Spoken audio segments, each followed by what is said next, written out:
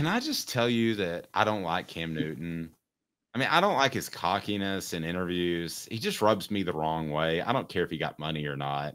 Cam Newton's in a fight at a 7-on-7 event, which you're supposed to be an adult. And we can play the video later if you want to, Caleb, but he was involved. This is not a trying to get out of the situation or break stuff up. It leads me to the question. I'm going to reset our poll question to this. What ball quarterback would you least want to fight? By the way, wrapping up our poll question, the thoughts on Bruce Pearl, just another coach, leads 57%, one in back 30%, 12% says wants him to lose a lot. So let me ask you, Caleb, what Tennessee quarterback would you least want to fight? So, and these have to be starters. Like I can't pick. You can't pick Brent Schaefer, who barely played. Okay, he's going to bring. He did start though. He did start. He was the first freshman to start in the SEC. I'm aware of that. I was covering that team, but he didn't play a lot. So you can't pick a Brent Schaefer because he's going to bring a baseball bat.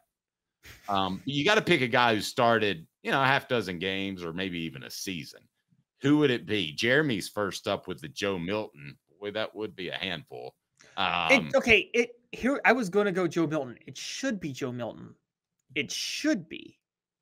But Joe Milton himself is clearly, even though he's strong enough to win a fight with anybody, he's clearly a guy who doesn't like contact. We watched him play last year, right?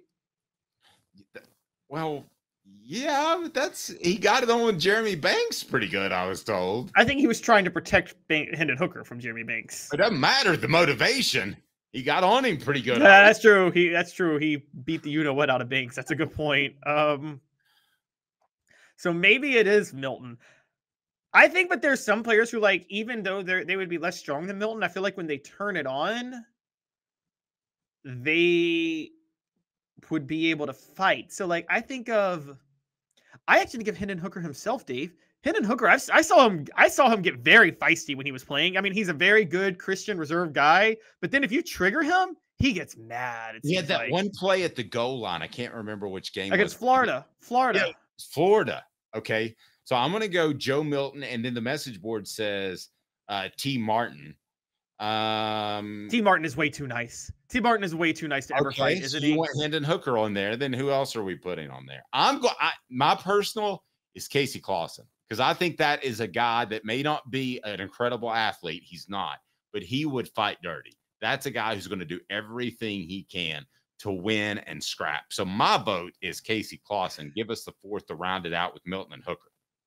Before that, can I tell you my favorite Casey Clausen story and that showed me his hilarious toughness? Yeah, sure. Yeah. Because you were covering the game. It was the Miami game of 2003. Do you remember where Vince Wilfork had a clear sack on Casey Clausen, but was so undisciplined, accidentally grabbed him down by his face mask and got a 15-yard penalty? Barely. I think I remember that. Barely. So Vince Wilfork grabs him down by his face mask, falls over, and he's so mad because he had a sack, but he just was too undisciplined to actually tackle him, and he grabbed his face mask. Vince Wilfork's on the ground. Clausen gets up and reaches over to help him get up, and it's like, you just grabbed my face mask. Well, let me help you up here because you just got a penalty.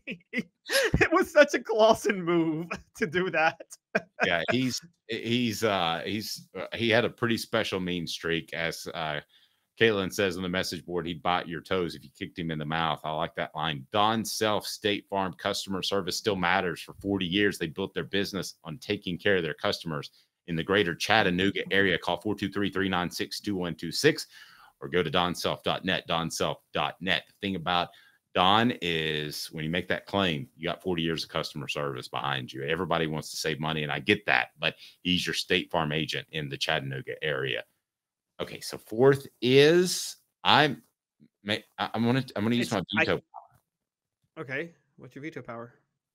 Because I like the way I like who got picked on the message board, Condridge Holloway. Because of the group, I've only been cursed out by Condridge Holloway. Okay, what about this? Let's actually replace Hendon Hooker because I think I got somebody who's a little more. Hendon Hooker wouldn't. I've already hit the go button. Wait, you got it. But what about Tyler Bray? Too late. No, Tyler Bray. No.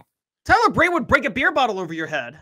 Maybe. All right. So who do you think on the message board? Go ahead and vote. We're leaving Bray out of this. We're going to go Hendon Hooker because I like the fiery side of that. And what did you think of Cam Newton, though? Looking like a total jackwagon. How embarrassing is that for Well, him? do we know? I don't. In this budding broadcasting career he has.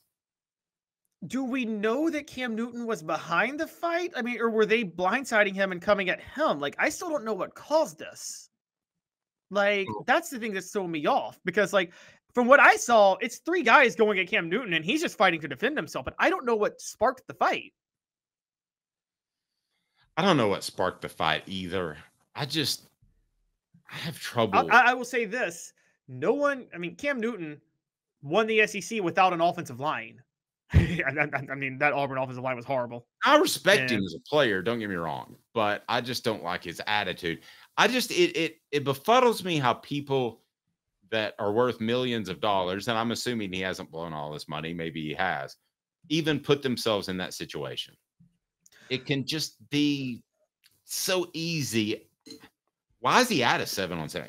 I don't know. Just the whole thing. He runs a camp. Okay, the way apparently it was something Top Shelf Performance. That was another part of the camp. It was 7-on-7, a youth football event. Top Shelf Performance was putting it on, and Cam Newton was apparently he does have some blame. He was apparently taunting the Top Shelf Performance people that and that's where I will say it's like you're at a 7-on-7 event, a youth football event. Why are you still doing your taunting?